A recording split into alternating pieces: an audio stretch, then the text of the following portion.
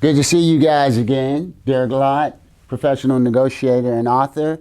And I appreciate the accountability, just showing up and being here for the discussion. Speaking of which, let's talk about accountability. Man, I'm happy to be here, Derek. AJ, I'm part of pharmacists at Jacksonville, and I'm happy to be here just to talk about accountability as well.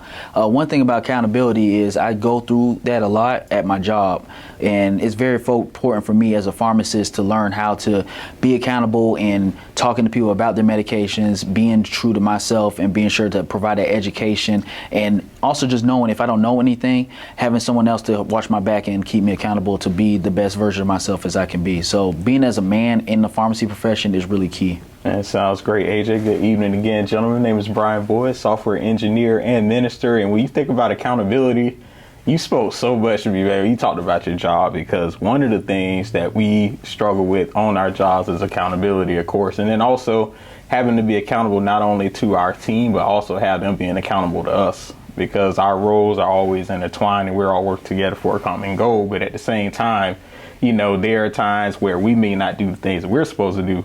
It may slow them down, and then they may do the same thing to us. And then even thinking about it from a ministry thing, one of the hardest parts about being in there is that people expect you not only to talk the talk, but to walk it, you know, live the life that you preach.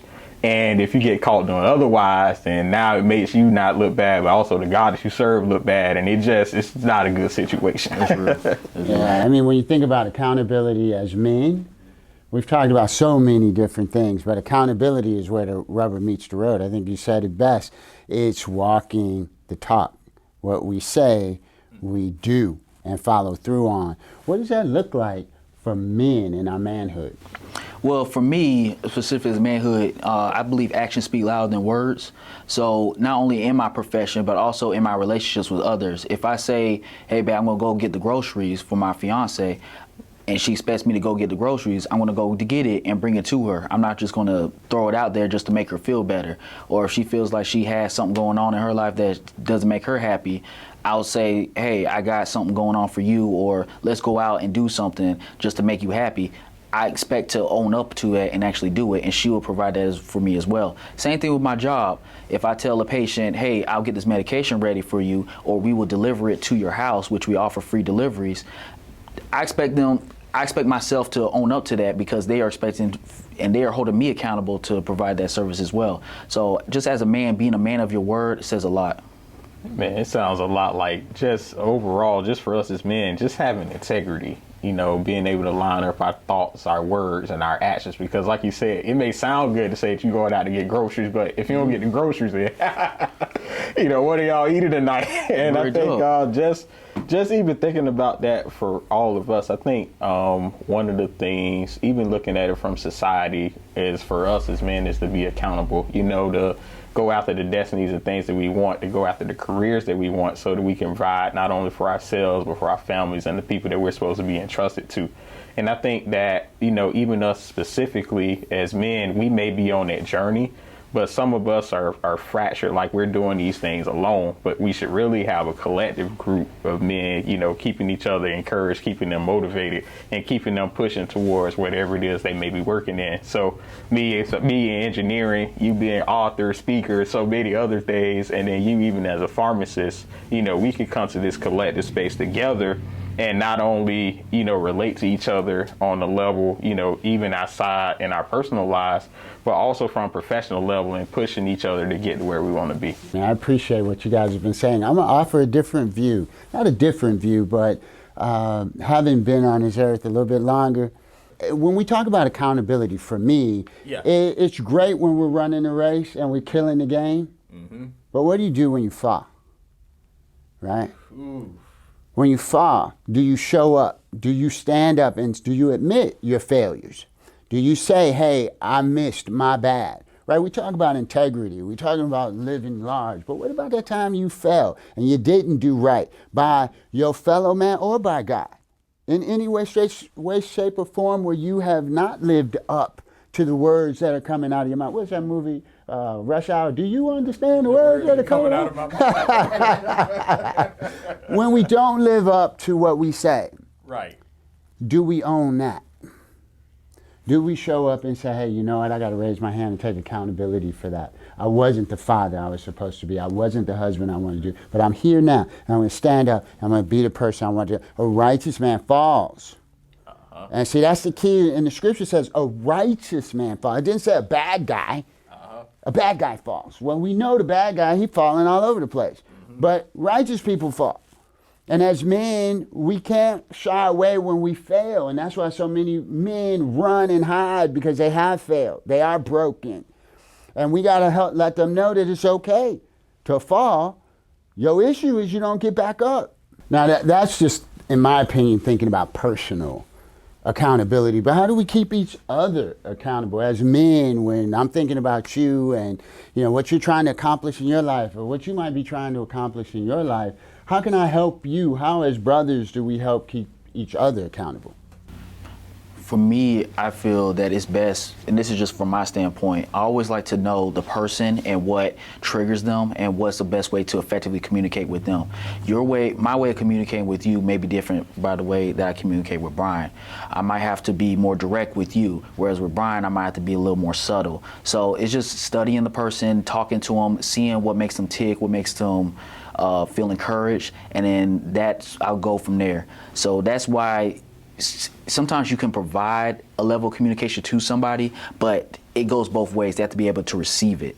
So I might say something to Brian, or maybe the way I say it to Brian, and he might just shut off. So I might be saying something to hold him accountable, but he's not hearing it because that's not the type of communication that he's accepted to, but it may be different with you. You may be willing to accept it. So that's a good starting point for me, just understanding the person and what's the best way to communicate to them, so that way I can hold them accountable and they'll be willing to accept it. That's good.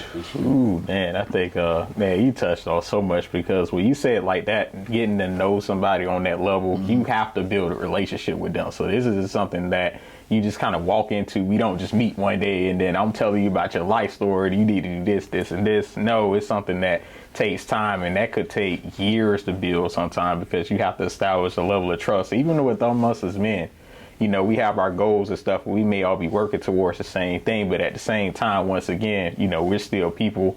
We have our likes, we have our dislikes, and we also have our reservations.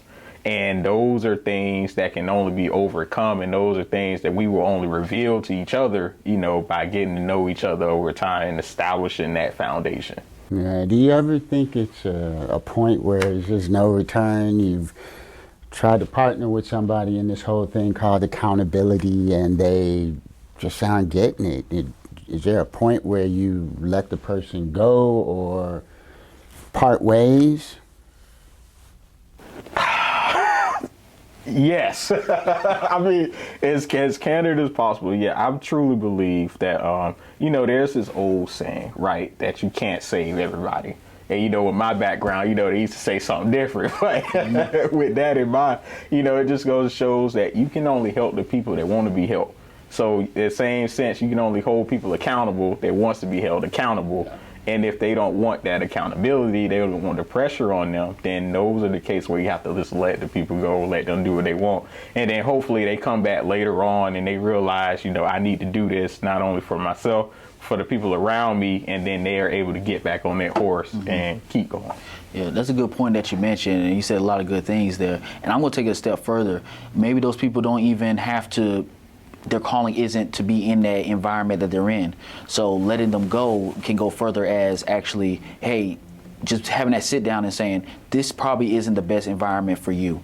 You are called potentially to be in a different environment, and here are the reasons why. And I say this out of encouragement and blessings to you. Keep it moving, and then you never know, when they get into that situation, they excel better than they did in that old situation, where this situation may be holding them back. So yes, holding accountable can be in a way of saying, this isn't a good environment for you.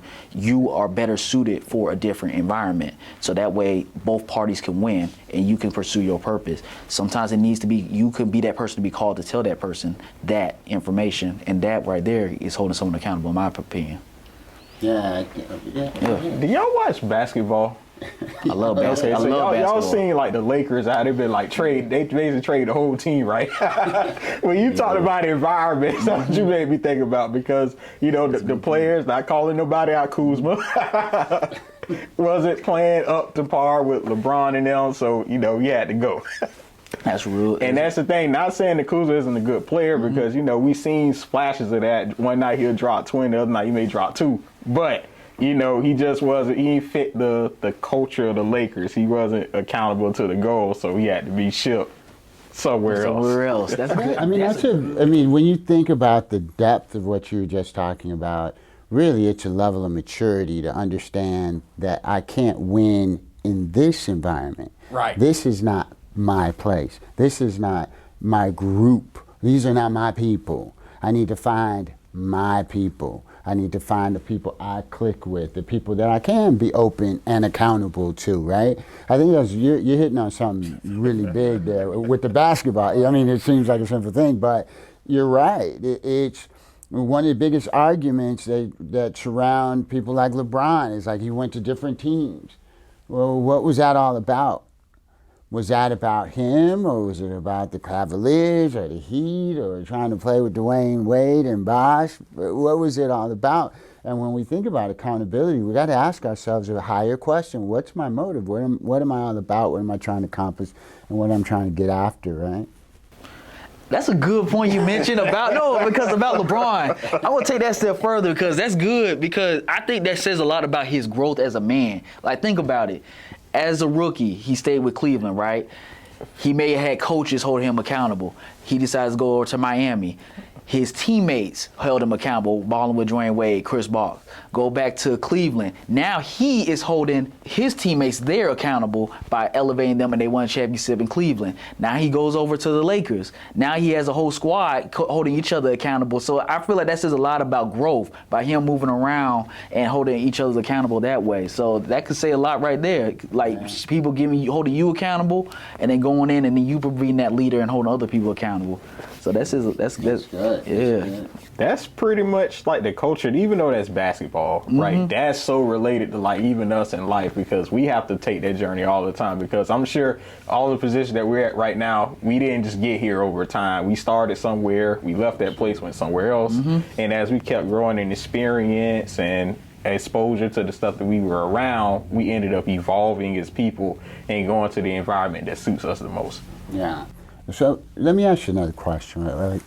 This accountability thing touches so many different angles. What do you think about your accountability to the communities that we live in and dwell in? Whew. This hit personal because I went through an experience yesterday. I believe, specifically with our communities, even as men specifically, there's so much that we can give back.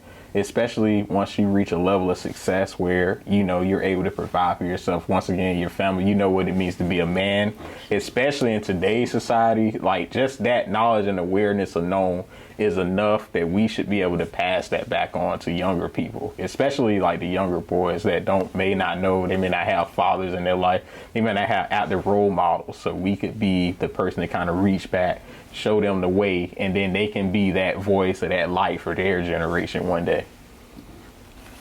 I think it starts with knowing yourself, seeing the need in the community, and how can you address that need by the skills and your personality and your characteristics. Everybody has a gift. Every man has a gift, a spiritual gift. How can we provide that spiritual gift and promote and uplift our community, especially here in Jacksonville?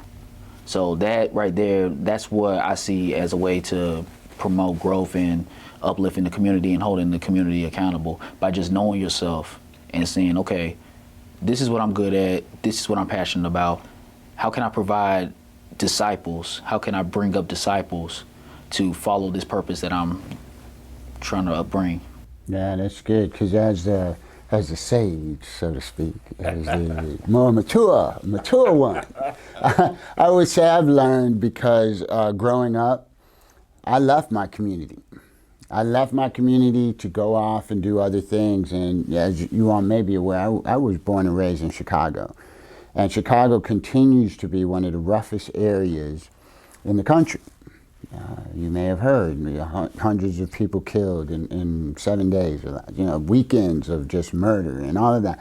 And I think about what was my impact in that community that I left a void in.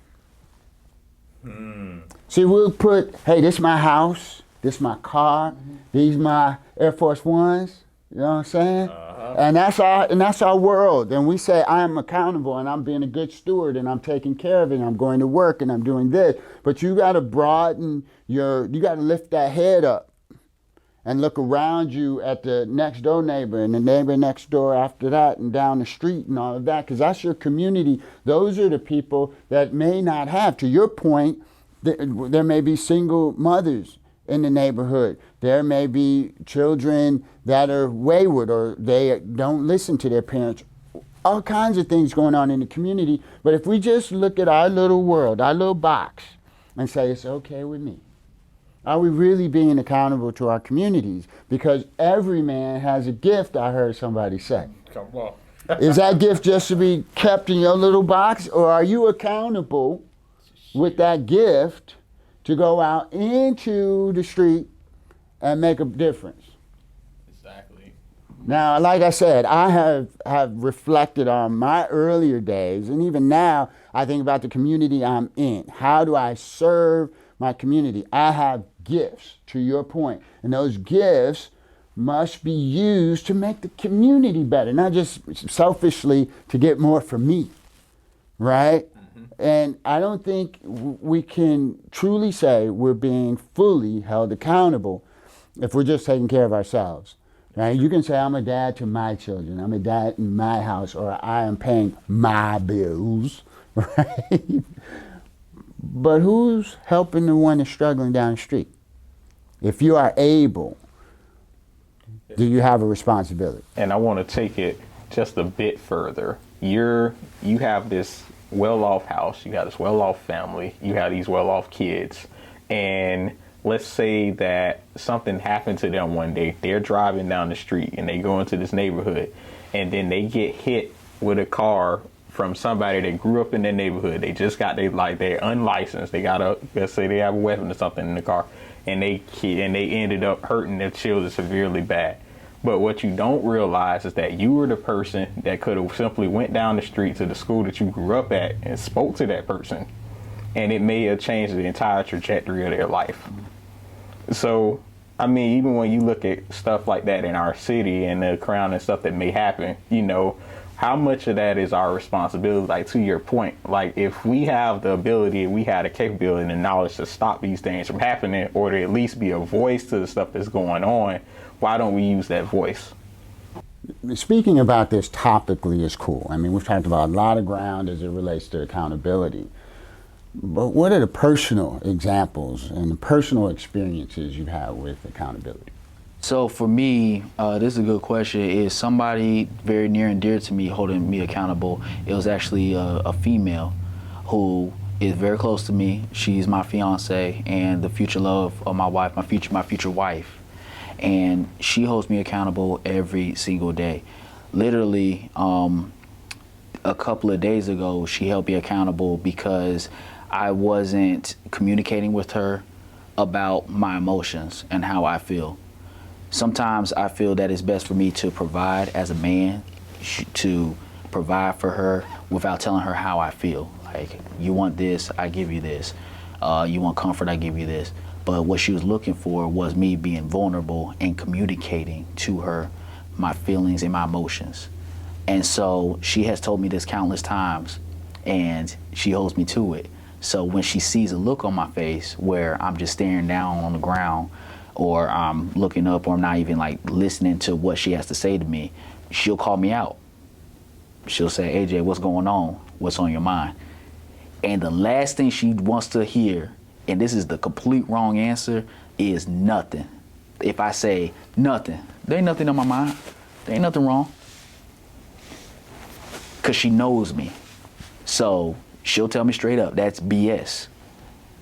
Get it together, or I'm leaving. Like, I'm leaving the house, or I'm not talking to you no more until you tell me the truth. And so when you have somebody near and dear to you who knows me, even though I don't want to open that gate or open that door to my emotions, she holds me accountable every day by me being able to be more vulnerable. And so she keeps me accountable every single day with that. Every single day.